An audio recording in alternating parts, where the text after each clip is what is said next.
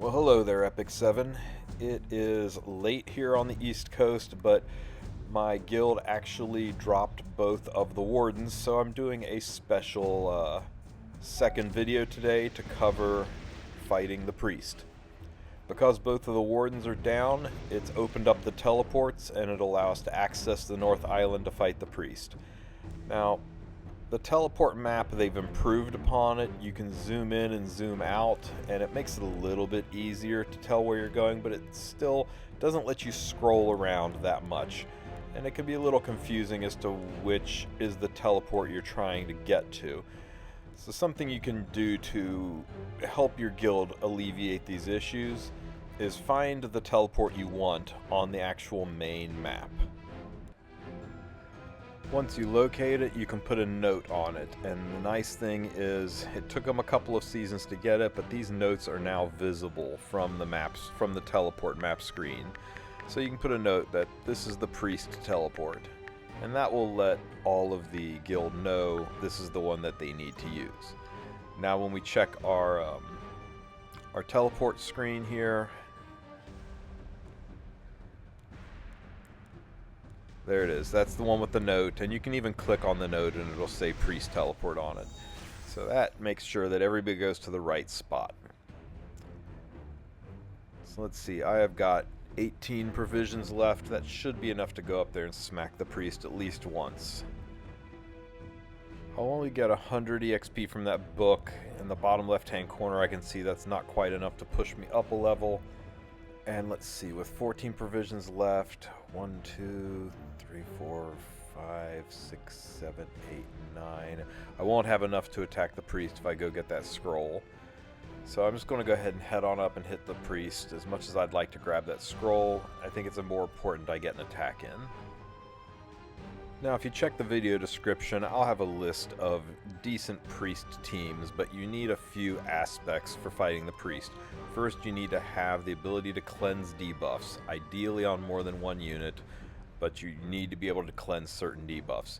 You will need to have a unit that can strip, because at one point the priest gives himself a counter attack buff and you need to strip that off.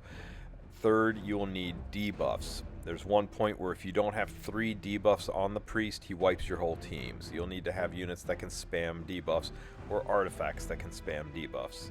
And then you need a damage dealer. It's a lot.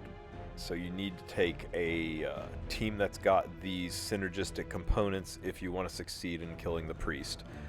Now, I was going to use Ken because he is a great debuffer. He has burns and defense breaks all over his kit, but I used Ken to fight the wardens, so not an option. So I'm going to take Acades. Acades is a great cleanser. She cycles her cleanse very quickly.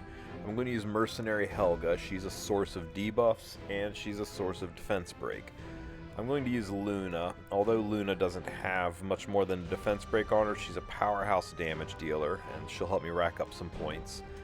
And I'm going to use Mediator Querc. His S2's got a strip, he's my secondary source of cleanse, and with the right artifacts he can help me debuff as well.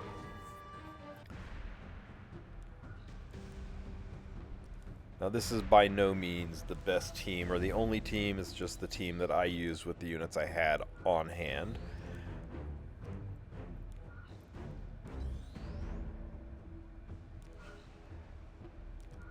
So I went ahead and put Midnight Bloom on Acades.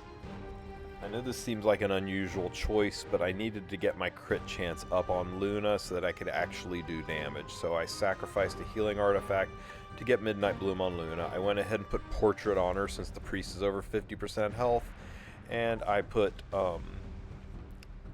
Cradle of Life on Mediator Querc for extra debuffs, and I put Junkyard Dog on Mercenary Helga for extra debuffs. Now, you need to have those 3 or more debuffs ready for round 5. So I went ahead and used my S2 right away to get the attack break because his skill will reset by then. No need to use my S3 at this point, so I will just S2 myself to give myself a little layer of protection. I'm tempted to use the S2 here for the defense break. The S3's got an attack buff on it though. I'm going to give Luna the attack buff and everybody the effectiveness buff to make it more likely we land these debuffs. Now this first attack round one puts poisons on everybody. You do not want to bother cleansing these poisons if you only have one cleanser, because the round 2 debuffs are debilitating. Now, I got the defense break, so I'm just going to use an S1 here. There's no really reason to use the S2. Use the S1 to push up. Now normally I wouldn't bother cleansing here. I would save this for next round, because the next round debuffs, you just do not want them on your units. But HandGuy hasn't used his S3 yet, so he'll be able to cleanse those for me later. So I'll go ahead and use this S3 early. And there is the defense break and seal debuff. You really want to get those off of your units. So HandGuy is able to cleanse those away for me and put immunity on everybody, which will help next round, because next round is another set of poisons. The defense break is still up, so once again I'll just S1. And I'll S2 myself to continue cycling her S3. Okay, I'm taking a tremendous amount of damage, predominantly because I have level 2 warriors. So my warriors are very, very weak. If your warriors are higher level, you'll do much better than I'm doing here.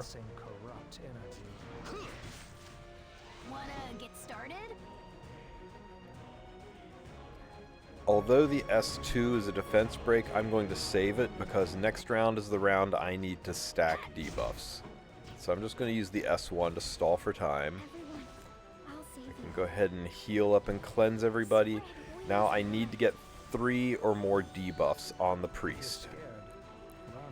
So hopefully Cradle of Life gives me something. I got a burn from Cradle of Life. I won't get anything out of Luna, so we'll just soulburn this and hopefully the priest doesn't cut Mercenary Helga. Good, Mercenary Helga made it. If I stick this defense break, I got it. That's 3 debuffs, so this will not wipe my whole team. If you don't have 3 debuffs, that will guarantee kill your team. Now Mediator Queric is ready. I can strip with my S2. Allow me to purify. And get 15%ed, because 15% in PvE makes all kinds of sense. Oh my god. Okay, so this is the worst case scenario. I've got nobody left who can strip that debuff, so I'll just pound in as much damage as I can, but I don't think I will survive many more hits of that counterattack buff not being gone. I lost Helga, but at least I've got a heal here. I'm going to burn it just to try to buy me some time. If you're scared, run this distorted world. I use the S3 here, less for the buffs and more because I don't want to hit the priest. I got no choice but to hit the priest, and there's the counter. Do you believe in me?